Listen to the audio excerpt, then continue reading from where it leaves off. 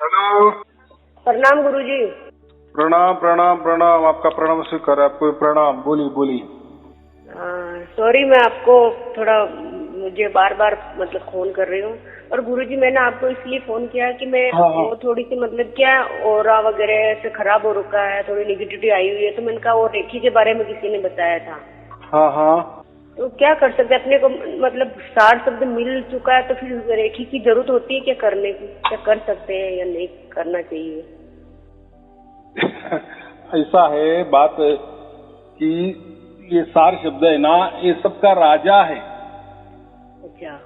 बराबर की नहीं? ये बाकी तो आपने तो क्या क्या नाम लिए अभी, रेकी बोले ना, हाँ तो ऐसे तो बहुत सारे हैं। रेकी है, पतंजलि योग में भी बहुत सारे योग दिए हैं, और क्या बोलते हैं हम जो ये करते हैं ना, तो मुझे इतना ही कहना है कि ऐसे बहुत बहुत बहुत अलग अलग तरीके के ये क्या बोलते हैं हम इसको, योग है या साधना है या अलग अलग पद्धति है। तो ये सब मन की पद्धत है, मन से की जाती है समझ में? हाँ गुरुजी, वही मेरे दिमाग वही आ तो रहा अंदर से कि ये सब शरीर के लेवल का है, हम आत्मा लेवल पर पहुंचे हुए हैं। शरीर लेवल माने मन लेवल, मन का लेवल।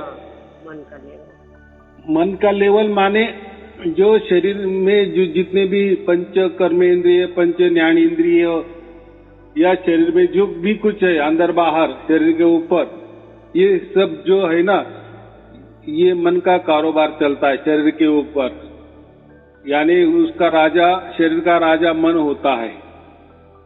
आत्मा का इसमें कोई ये नहीं है, रोल नहीं होता।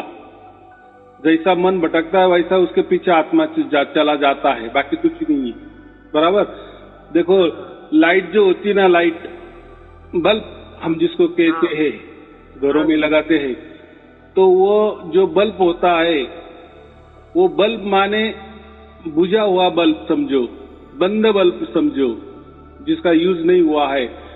ऐसे बल्ब जो है ना, तो वो तो घरों में भी रहता है, वही बल्ब मंदिरों में भी रहता है, वही बल्ब आपको आश्रमों में भी मिलेगा। या ऐसा समझो कोई जो कोठे वाली होती है उसके घर में ही मिलेगा, कोई पापी लोग है उसके घर में भी बल्ब मिलेगा कि नहीं? यानी जो भी लाइट है वो सब जगह है, अच्छी जगह भी है, बुरी जगह भी है। तो ये जो बल्ब है ना, ये जो लाइट है ना, ये मन होता है।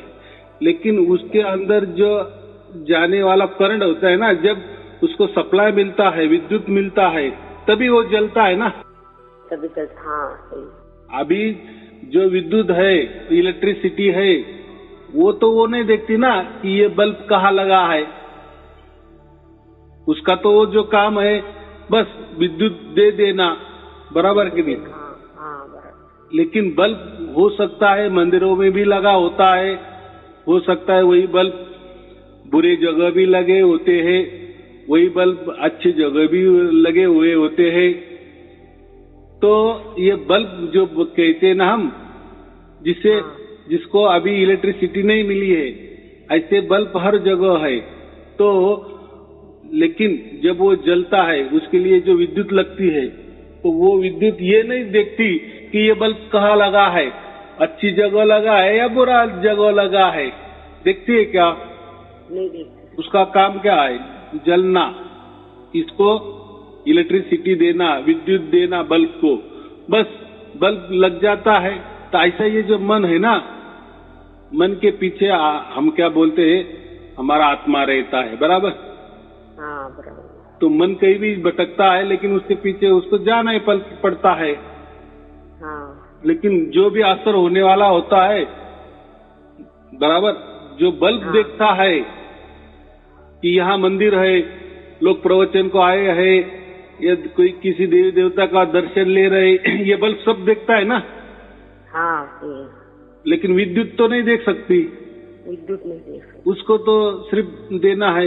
वैसे ही वह बल्ब किसी हम क्या बोलते जहाँ दारू पीने वाले बार जो होते हैं, जहाँ दारू पीते हैं, वहीं भी वही बल्ब रहता है। तो वो भी देखता है ना कौन कौन पीता है के नहीं। मन सब देखता है, वैसा आत्मा नहीं देखती। आत्मा सिर्फ मन को ये देती है। तो ये मन ही भटकता है, मन ही अच्छा होता है, मन ही बुरा होता है, बराबर। ये मन का काम होता है। और वो सुख भी भोगता है और दुख भी भोगता है। कौन भोगता है? ये मन भोगता है। मन भोगता है। और मन के पीछे पीछे तो उसको विद्युत, उसको जो ऊर्जा देने का काम तो ये आत्मा करती है।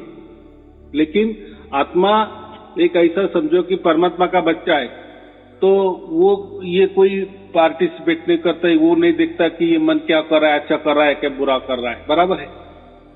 क्योंकि जब आत्मा परमात्मा से बिछड़ गई, परमात्मा से उसने ऐसा समझो कि परमात्मा से छूट गई, तो वो कहाँ अटकी? ये मन के यहाँ अटकी, बराबर। अभी जहाँ मन जा रहा है वहाँ आत्मा को जाना पड़ता है, बराबर है। 84 लाख योनि मन भटकता है, तो मन के पीछे वो आत्मा को भी भुगतना पड़ता है, बराबर। लेकिन तकलीफ आत्मा को नहीं होती, हमको ऐसा लगता है, बराबर। मन को होती है। जैसे जो भी कोई तकलीफ होती है हमें, हमारे शरीर को होती है, हमारे आत्मा को नहीं होती है, बराबर। शरीर की अगर अच्छी कैपेसिटी है तो वो तब तक टिकाव धरता है, पकड़ता है। अगर उसकी कैपेसिटी गई तो हम क्या बोलते? आदमी मर गया। लेकिन उसका आत्मा मर गया क्या? नहीं, आत्मा तो चली जाती है। हाँ, तो ये बात होती है। तो ये थोड़ा सूक्ष्म विषय है। तो हमें यही देखना है कि ये जो आत्मा है ना, अभी ये मन के पीछे है, ये संसार में है, इसलिए इसको सब कुछ संसार ही अच्छा लग रहा है। तो लेकिन आत्मा का मुख्य जो बाप हम के ना परमात्मा होता है। बस जब उसको परमात्मा मिल जाता है तो फिर मन क्या कर रहा है क्या नहीं कर रहा है उसको कोई लेना देना नहीं। उसकी वो क्या बोलता है, हिसाब भी नहीं रखता, किताब भी नहीं रखता। कौन? आत्मा। और हमें जीते जी सार शब्द मिल गया ना, राम नाम मिल गया ना। तो अभी ऐसा समझो कि जो हमारा आत्मा है ना, वो अभी सिर्फ परमात्मा को ही देख रहा है। बस उसको अभी परमात्मा के सिवा कुछ नहीं दिख रहा है। जो हम बोलते हैं ना, धुन हमें सुनाई दे रहा है, तो कौन सुन रहा है? वो हमारा आत्मा ही सुन रहा है, बराबर ना। उसको सुनाई दे रहा है इसलिए तो सुन रहा है ना। हालांकि उसको कोई कान नहीं है, लेकिन अभी प्राकृतिक भाषा में समझाने के लिए तो ऐसा बोलना पड़ता है ना।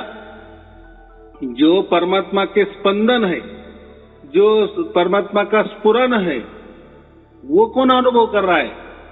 वो आत्मा ही कर रही है। आत्मा ही कर रही है।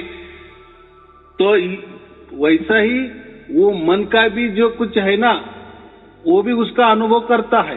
कौन? आत्मा करता है। लेकिन कोई लेना देना नहीं होता, क्योंकि क्या करना, वो तो अपने बाप से बिछड़ा है ना। अभी उसको सार शब्द के माध्यम से उसको ठिकाना मिल गया। यानी अभी ये जो 84 लाख योनि का जो झंझट है ना, चक्र है, अभी ये खत्म, बराबर। अभी उसको उसका बाप मिल गया, जो ऐसा समझो करोड़ों करोड़ों बरस से बिछड़ा था, बराबर। लाखों जन्मों से बिछड़ा था। उसको मन के सिवाय कोई ठिकाना नहीं था। किसको? आत्मा को। उसको हम सुरती कहते। तो सुरती को मन ही ठिकाना था, बराबर। लेकिन अभी ये जन्म में ऐसा कुछ घट गया, ऐसा कुछ हो गया, हमारा भाग्य का उदय हो गया और अक्ल ठिकाने पे आ गई, और भाग्य से परमात्मा को, यानी परमात्मा की पहचान सुरती को हो गई, ऐसा समझो। या परमात्मा ने ही उसको अकल देके, उसका भाग्य देके उसको अकल दे दी, और वो अकल से परमात्मा को उसने पहचान लिया, बराबर। परमात्मा तो सर्वज्ञानी है, परमात्मा को तो सब मालूम है ना कि उसका बच्चा क्या है क्या नहीं है। लेकिन वो दखलंदाजी नहीं करता ना, क्योंकि जिद जो है वो किसकी जिद है? आत्मा की जिद है ना, उसके बच्चे की जिद है ना कि मुझे माया में घूमना है, यहाँ जाना है, वहाँ जाना है, ये प्राप्त करना है, मुझे पैसा कमाना है, मुझे अमीर होना है, मुझे ये गांव खरीद लेना है, वो गांव खरीद लेना है, बराबर कि नहीं? मुझे बहुत बड़ा होना है, बहुत बड़ा होना है, पूरे पृथ्वी पर मेरा राज्य स्थापन करना है। तो इसकी चाहत थी ना, बराबर कि नहीं? मन के द्वारा काम तो उसका कार्यकारी अधिकारी कौन है? मन है।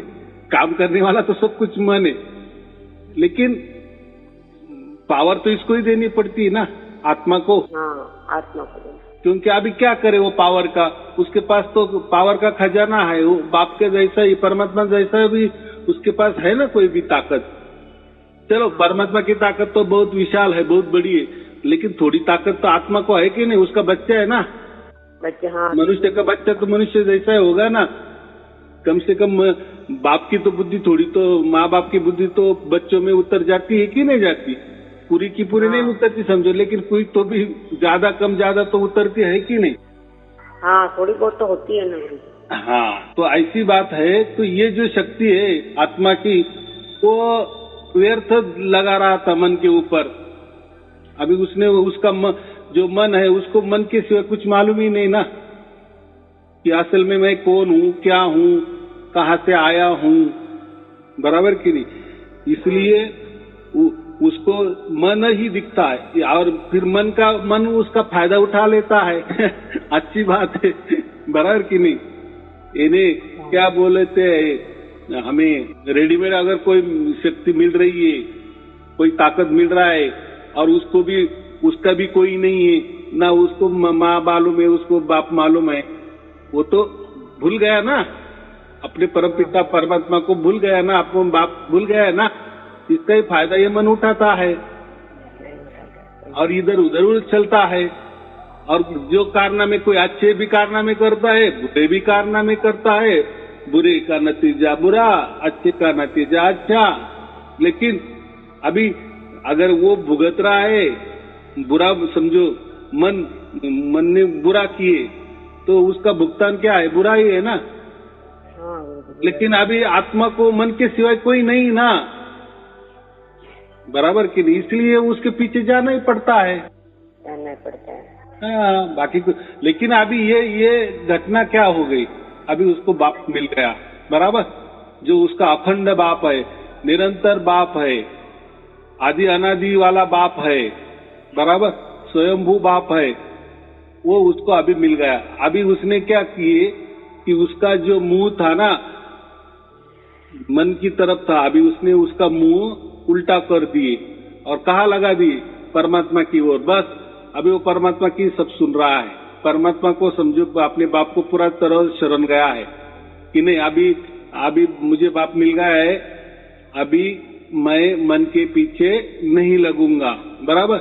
लेकिन अभी तो उम्र तो हमारी तो चलने वाली है ना। हाँ, तो उम्र तो है कोई, बाकी प्रारब्ध की वजह से तो मन तो चलेगा ही, मरते दम तक।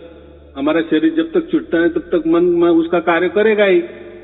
लेकिन अभी उसके हिसाब में वो नहीं। अभी उसने ऐसा समझो कि अपना मुंह फेर लिया है, जो मन की तरफ उसका मुंह था ना, उसने मुंह अभी फेर लिया है, और बस उसको अभी परमात्मा ही दिख रहा है। अभी वो परमात्मा का अनुभव कर रहा है। अभी ऐसा समझो कि परमात्मा की गोद में ही बैठा है, बराबर। अभी मन को कितना भी करने दो। इसलिए मैं कहता हूँ ना, सार शब्द की प्राप्ति हो गई ना, बाद में मन कितना ही बोले, अरे इसमें अच्छा लगता है, उसमें अच्छा लगता है, ये साधना में अच्छा लगता है, ये गुरु में अच्छा लगता है, ये ग्रंथ में अच्छा लग रहा है, ये करने में अच्छा लग रहा है। अभी जो आत्मा है ना, वो उसको कुछ नहीं कह रहा है, हाँ भी नहीं कर रहा है, ना भी नहीं कर रहा है, बराबर कि नहीं। अभी क्या उसको नाराज करना है? अभी कितने दिन का साथी है वो, बराबर। जब तक उम्र है तब तक वो आत्मा का साथी है। लेकिन इसके पहले तो करोड़ों करोड़ों जन्म उसका साथी था ना। लेकिन ये जन्म में उसको अभी उसका बाप मिल गया है, तो ऐसा है ना, दोस्ती तो है ना, थोड़ी तो निभानी पड़ेगी। लेकिन अभी उसको परमानेंट रास्ता मिल गया, शाश्वत रास्ता मिल गया, शाश्वत मिल गया, सत्य मिल गया। अभी ये जो मन बोलता है ना, तुझे आनंद चाहिए, चल मैं आनंद देता हूँ तुझे, चल तुझे सुख चाहिए ना, हम सुख ढूंढेंगे, सुख भोगेंगे। अभी ये बोलता है, अभी तेरे सुख की मुझे कोई आवश्यकता नहीं है, मुझे शाश्वत सुख मिल गया। शाश्वत माने परमानेंट, परमानेंट सुख मिल गया, परमानेंट अभी आनंद मुझे मिल गया। ये तेरे छोटे बड़े आनंद जो है ना, कभी आनंद में, कभी सुख में, कभी दुख में, कभी आनंद में, ये जो चक्र चल रहा है ना, अभी ये नहीं, ये बदलने वाला आनंद मुझे कुछ काम का नहीं, ये बदलने वाला सुख मुझे नहीं चाहिए। बराबर। अभी मुझे मेरा बाप मिल गया है, मेरा बाप तो आनंद का खजाना है, सुख का खजाना है। बराबर। और वो खजाना भी क्या है, अनंत काल के लिए खजाना है, वो उसको कभी कमी नहीं होती। इसलिए हम क्या कहते हैं, परमात्मा जो होता है ना, वो परम आनंद होता है। बराबर। तो उसको अभी परम आनंद में मिलने वाला है, मिल गया है या मिल रहा है या उसी में वो है, उसी में वो सक्रिय है, तो ये मन के नाद में वो नहीं लगेगा। इसलिए मैं कह रहा हूं, तो आप वो उसके पीछे कोई पड़ने की जरूरत नहीं है। मन तो कहेगा, मन तो जब तक हमारा जान है, शरीर है, तब तक तो वो बुलबुलाया करेगा ही। इस बुलबुलाया करते ही उसने करोड़ों जन्म हमारे गवाए ना।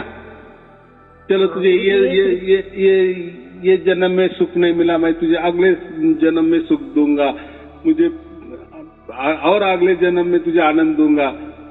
इसके पीछे वो ये भी, इसको भी जाना पड़ा, लेकिन अभी नहीं। अभी उसको सब समझ में आ गया कि ये क्या बोलते हैं, ये क्या चक्र है। बराबर। ये मन के पीछे लगे। हाँ, मन में ऐसे दिमाग में आता है कि भाई जब हमें शरीर के परे ही जाना है, तो फिर ये मन में ऐसे शरीर की वो क्यों करे, शरीर पर क्यों एक्सपेरिमेंट करे कि। पर फिर इतनी समस्या है गुरुजी, फिर ऐसे उसमें देखा यूट्यूब पे, तो ऐसा लगता है रेखी से जल्दी मतलब ऑरा अपना क्लीन होता है, समस्या जल्दी खत्म होती है। वो जो ऑरा ब्यूरा जो है, ये सब शरीर के ही मामले है ना। ऑरा के किसका है बोलते हैं हम, शरीर के आजू बाजू जो ऑरा होता है, यानी उस शरीर का ही एक भाग है, ऐसा मैं कह रहा हूँ। हाँ सही है। शरीर है इसलिए आवरा है, शरीर नहीं तो आवरा क्या करे, क्या काम करेगा। देखो, कोई भी क्रिया या कोई साधना की ना, उससे कोई ना कोई लाभ तो होता ही है। मैं कहा नहीं ना बोल रहा हूँ। बराबर। वो लाभ तो होगा ही हमें, लेकिन ये जो हमें लाभ मिला है, ये अनंत काल के लिए मिला है ना। बराबर कि नहीं। इसके पीछे हमें पढ़ना है, ये इसके लिए नहीं करना है, और इसके पीछे पढ़ना भी नहीं है। पढ़ना माने कैसा है, वो तो आप होता है। बस हमें उसके ऊपर विश्वास रखना है कि हाँ, परमात्मा मेरे साथ है, परमात्मा मेरे साथ है।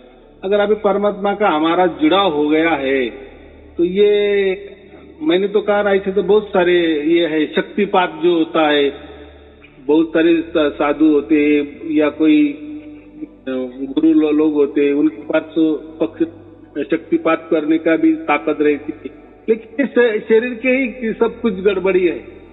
बराबर। तो यानी ऐसे समझो, कुछ दिन के लिए वो अच्छा लगता है, लेकिन बाद में जैसा उसका पावर चला जाता है वापिस, तो एक प्रकार की वो आदत गिर जाती है। जैसा कोई शराबी होता है ना, शराब पी ली, उसको अच्छा लगता है, शराब उतर गई कि उसको वापस पीने की इच्छा हो जाती है। बराबर।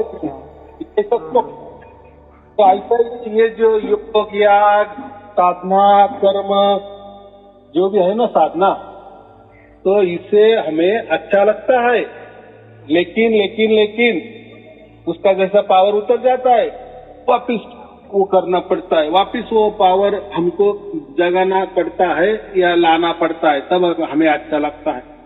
तो ये झंझट में अभी हमें जाना ही नहीं। बराबर। मन कहेगा, मन तो मन नहीं, मन तो क्या, मन तो ये बंदर है। बराबर। वो तो कहीं जगह स्थिर रहने वाला नहीं है, तो उसके पीछे नहीं पड़ना है। बोलो। हाँ गुरुजी, साथ शब्द मिल भी चुका अपने को, फिर इतनी नेगेटिविटी क्यों आ रही है? हम समर्पित भी है कि जो भी घटना होती है अच्छी बुरी ठीक है, समर्पित हो गए, पर अपने मतलब खुद इतने नेगेटिव हो रखे हैं कि परेशानी हैंडल ही नहीं हो रही घर में। कुछ परेशानी आती है तो फिर वो गुस्सा आना करना, तो इतना चलो परेशानी ठीक अपने कर्मों से है गुरुजी, वो तो आने जाने। हाँ, वो प्रारब्ध है हमारा, वो भुगतना ही पड़ेगा। लेकिन अभी कैसा है, हम भुगत रहे ना, लेकिन अभी हमें मालूम है ना इसके बाद में हमारा अच्छा ही होने वाला है। अभी ये चुकता तो करना ही पड़ेगा, ये सब किताब तो चलने दो ना। लेकिन अब हम जब चुकता कर रहे हैं ना, तो हमारे साथ परमात्मा, ये बहुत बड़ा विश्वास है ना, तो वो विश्वास हमें नहीं खोना है।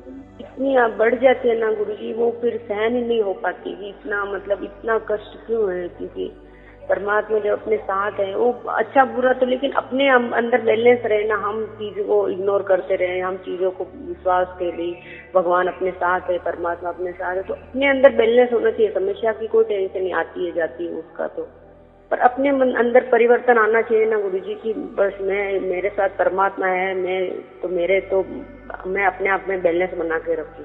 देखो ये विचार है ना, यही विचार हमें शक्ति देता है, ताकत देता है, यही विश्वास हमें शक्ति ताकत देता है। तो ये विश्वास नहीं खोना है। देखो दुख आने ही वाले है, ये जो हिसाब किताब है ये माया का है, वो हमें चुकता ही करना है।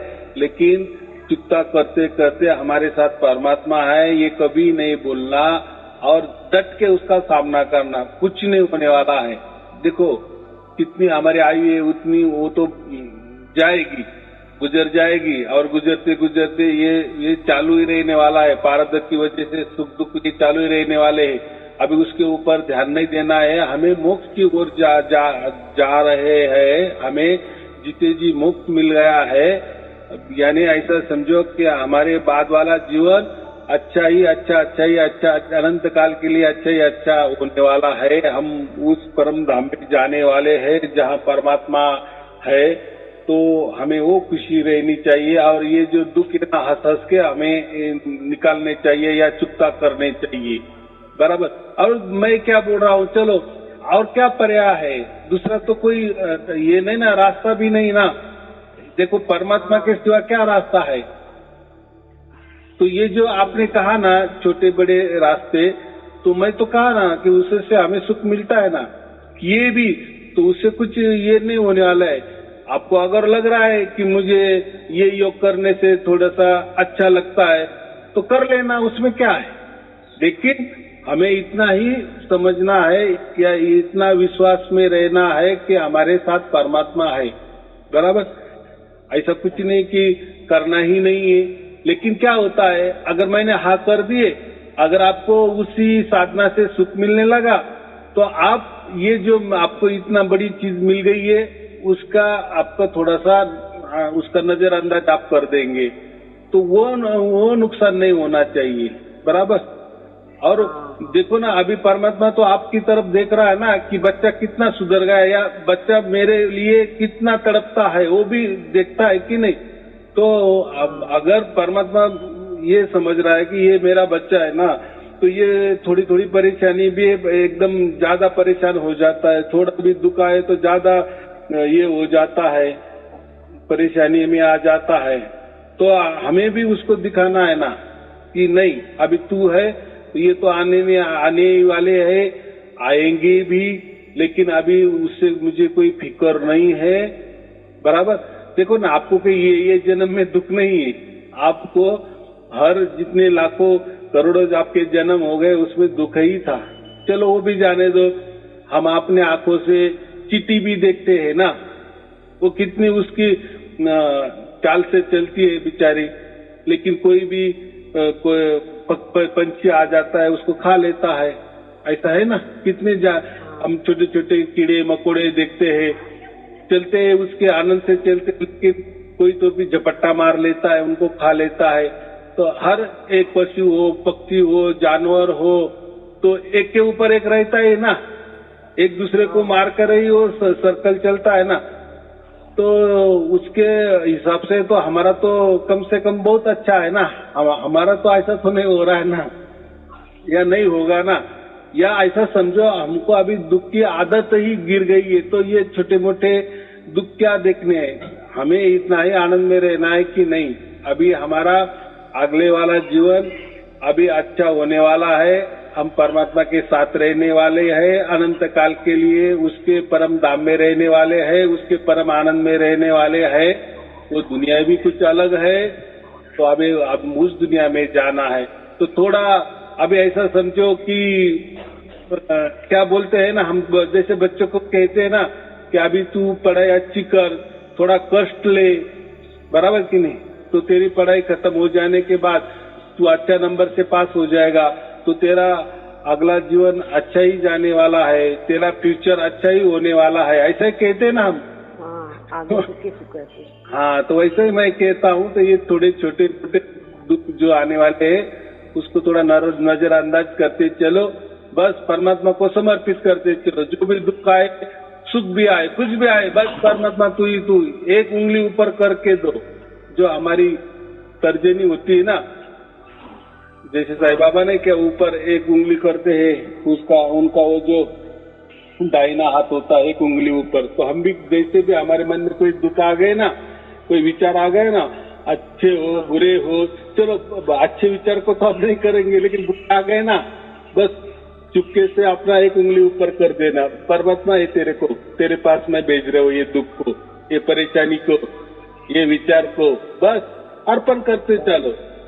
थोड़ा सा मन को भी लगेगा, हाँ कुछ तो भी मैंने किया, देखो ना क्या होता है। बहुत सारे लोग ऐसे करते हैं, जो मैंने ये नुस्खा बताया था, बस करते चलो, कुछ नहीं, सब कुछ सब परमात्मा को अर्पण करते चलो। मैं तो कहता हूँ दुख तो हम अर्पण करते हैं, वो तो करना ही चाहिए, लेकिन सुख भी अर्पण करते चलो, तो आनंद भी अर्पण करते चलो। या ये सुख तेरी वजह से, बस उंगली ऊपर कर दो, तर्जनी ऊपर कर दो, बराबर, चुपके से करो, चाहे तो कोई दुख भी आ गए, बस तेरी वजह से, ये तेरे को अर्पण, ये दुख भी तेरे को अर्पण। तो देखो ना क्या होता है, फिर वो आगे वाला जो आज दुख आया ना, वो कल कैसा हो जाता है।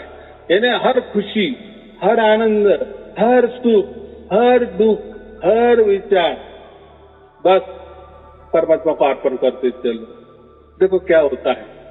किए भी ना किए भी, आपके पास तो साक्षात परमात्मा है ही, लेकिन आपके मन के तसल्ली के लिए करके देखो, होता है। तो चलो ठीक है, बहुत अच्छा आपने फोन लगाया। तो आप क्या कहे कि मैंने बहुत बार फोन किए, तो कैसा है, मैं किसी का नाम ही पूछता नहीं हूँ, और फोन नंबर तो हम तो क्या बोलते हैं, वो रखते भी नहीं है हम, किसी का फोन है कि क्या है। तो आपने वो कैसा है, जिसका व्हाट्सएप रहता है ना, वो लिख के देता है ना कि मुझे आपसे बोलना है, या मैंने ये किए, मुझे ये ऐसा हो रहा है, या जो भी कुछ है, तो फिर हमारी टीम वो देखती है कि हाँ इनको बोलना है। लेकिन ऐसे अननोन नंबर जो होते हैं ना, जो कभी किसी ने बात ही नहीं की, व्हाट्सएप पर डाला था मैंने मैसेज कि गुरुजी मुझे 60 शब्द प्राप्त है, मैं रेखी के बारे में भी देखा रहा है, रेखी सीख सकते हैं अपना। तो आपने लिखा कि हाँ क्यों नहीं कर सकते हो रेखी पर, तो भी मैंने सोचा मेरे मन नहीं मान रहा है, तो गुरुजी से बात ही करके। अच्छा, बहुत अच्छे बहुत अच्छे। तो ऐसा नाराज नहीं होना कि मैंने बहुत बार फोन किए, इन्होंने गुरुजी नाराज तो नहीं होना चाहिए। आप हमारी तरह थोड़ी है कि हर मतलब आप कितने बिजी होते हैं, परमात्मा का काम कर रहे हो। हाँ बराबर, तो ऐसा ही होता है। और जिसका व्हाट्सएप होता है ना, तो फिर उसकी तो कोई परेशानी नहीं, वो तो लिख देता है कि मुझे बात करनी है, फिर हम सूचना देते भाई साहब आप बात कर रहे हैं, बात करना चाहते हो ठीक है, लेकिन आपने वीडियो सुनी क्या? अगर आपने कोई वीडियो सुनी नहीं है और मुझे बात करना चाह रहे हैं, तो क्या बातें होने वाली है, बराबर, और क्या बातें करना, और मैं जो बोलूंगा आपको क्या समझ में आएगा?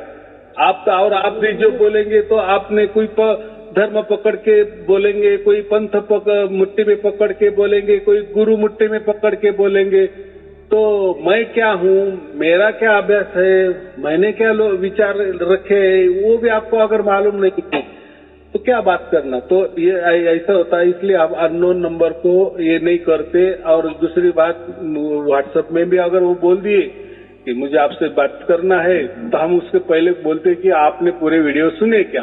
पूरे नहीं, कम से कम जितने भी सुने, और सुनते सुनते सारशब्द की प्राप्ति हो गई, तो उसमें बात करने में अच्छा है, बराबर। नहीं तो क्या है, फिर वही अंडा पहले की मुर्गी पहली, बताओ गुरुजी। तो उसका भी टाइम जाता है, हमारा भी टाइम जाता है, बराबर की नहीं? नहीं गुरुजी, मैं तो आपके पूरे वीडियो अभी 2 साल हो गए मुझे जुड़े आपसे। मैं तो वीडियो पूरे भी सुन चुकी हूँ और अभी रोज नए आते वो भी सुनती हूँ। वो बीजक आपने कबीर बीजक भी भेजा था, तो वो मुझे सर मतलब गुरुजी वो मुझे समझ में नहीं आ रहा है। एक बार मैंने पढ़ा पूरा गुरु पूर्णिमा के दिन। देखो तो एक आपने पूरा पढ़ लिए ना, ऐसा नहीं करना, धीरे धीरे पढ़ना, धीरे धीरे पढ़ना। वो क्या है, वो रोज एकदम इकट्ठा एक पारण नहीं करना। मैंने क्या क्या कहा कि मरते दम तक कम से कम एक बार तो भी वो पढ़ना चाहिए। चलो ठीक है, आपको अगर टाइम है तो रोज 2-4 पन्ने ऐसा करते पूरा करते। क्या होता है, हम धीरे से पढ़ेंगे ना तो हमें बात समझ में आ जाएगी, बराबर। और ऐसा जल्दी पढ़ेंगे तो वो कैसा, वो 400 साल पुराना वो भाषा है ना, तो मैंने 3-4 दिन में पढ़ा पूरा। ठीक है ना, फिर और पढ़ो, फिर पढ़ते चलो। अगर आपको पढ़ने की ये है ना तो पढ़ते चलो, तो उससे क्या होगा और आपको समझ में आएगा। पहली बार थोड़ा कम समझ में आया, दूसरी बार थोड़ा ज्यादा समझ में आया, तीसरी बार पूरा ज्यादा, ऐसा ही हो सकता है। उसमें कोई दिक्कत की बात नहीं है, लेकिन वो अच्छा है। यानी मैं जो बोलता हूँ ना, तो मैं जो सही बोल रहा हूँ क्या गलत बोल रहा हूँ, उसका भी आपको पहचान हो जाएगी ना। सचमुच में कबीर साहब ने कहा है या नहीं कहा है वो भी एक पता चलता है। आपकी वीडियो सुन रहे हैं ना, तो और कुछ सुनने की और कुछ पढ़ने की जरूरत ही नहीं है। हाँ, वीडियो सुनना माने क्या है, वो तो विस्तृत है। जो आप बोले ना कि हम तो पढ़ते हैं लेकिन नहीं समझता है, लेकिन आपको वीडियो समझ में आ रहे हैं ना, तो बस। अभी 1001 वीडियो हो गए, तो कबीर बीजक तो बहुत छोटा है, लेकिन 1000 वीडियो में तो कितना ज्ञान है, बराबर की नहीं? तो वो वही ज्ञान है, लेकिन विस्तृत ज्ञान है, समझ उमझ के ज्ञान है। यानी अभी के परिस्थिति के ऊपर वो विचार मैंने लोगों को दिए हैं, इसलिए वो लोगों के अंदर उतर रहे हैं, बराबर। बात तो वही है, लेकिन बोलने का ढंग अलग, सामने वाला का परिस्थिति अलग होती है, चालू परिस्थिति अलग होती है। उसे चालू परिस्थिति में वो समझा दिए तो उसको समझ जाता है, बाकी कुछ नहीं। लेकिन मेन बात जो बीजक में है वही मैं बोलता हूँ। वो इस वजह से ज्यादा परेशान हो रहे हैं, क्योंकि मैं वो सार शब्द मिल चुका है, फिर भी ये रेखी कर रही थी थोड़े दिन अभी। मैं क्या बोला, आपको अगर अच्छा लग रहा है ना तो जरूर करो, लेकिन मैं इतना ही कहूंगा कि पूरे दुनिया में लाखों भी प्रकार होंगे, कोई साधना होगी, अलग अलग पद्धति होगी, लेकिन हमारी जो सार शब्द है ये सबका राजा है, ये राम नाम है ना, ये सबका राजा है। इसके अलावा कोई ज्ञान नहीं है, और वही हमें प्राप्त हो गया ना। अभी ये तो मन की थोड़ी भूल है, भूल भुलैया है, थोड़ा लगता है हमें कि चलो परेशानी आ गई तो इससे थोड़ा सा हमें हल्का हो जाता है, तो करने में कोई दिक्कत नहीं है, बराबर। देखो, और जैसा भी मैं वही कह रहा हूँ, जैसा सार शब्द है ना, जैसा टाइम जाएगा ना ऑटोमेटिक आपका सब सुधार भी हो जाएगा। ऐसा समझो कि अभी क्लीनिंग का काम चल रहा है। क्या होता है, जैसे ऑनलाइन में आप देखती है ना, कोई लोग बोलते हैं हाँ अभी हमें अच्छा महसूस हो रहा है, सब काम हमारे अच्छे हो रहे, बराबर। तो किसी का भाग्य जैसा रहता है उसके हिसाब से है। तो चलो, अभी आपका ऐसा लग रहा है कि थोड़ी सी परेशानी है ही, तो जाने दो ना, राम नाम तो चल रहा है, वो तो आपे आप हो रहा है, उसके लिए तो आपको कुछ करना ही नहीं है, वो हो रहा है। जैसे जैसे ज्यादा दिन जाएंगे वैसे वैसे आप क्लीन होती जाएगी, स्वच्छ होती जाएगी, साफ सुथरी होती जाएगी, बस सब मन का मैल हटता जाएगा, आत्मा के ऊपर जो धूल आई है, मिट्टी आई है, वो और शुद्ध हो जाएगी। बस फिर देखो कमाल क्या होता है, जो उसमें लिखा है वैसे कि वैसा होगा। चलो ठीक है, आपको और आपके परिवार के लिए धन्यवाद। सत्तार जी। हाँ, सत्तार जी।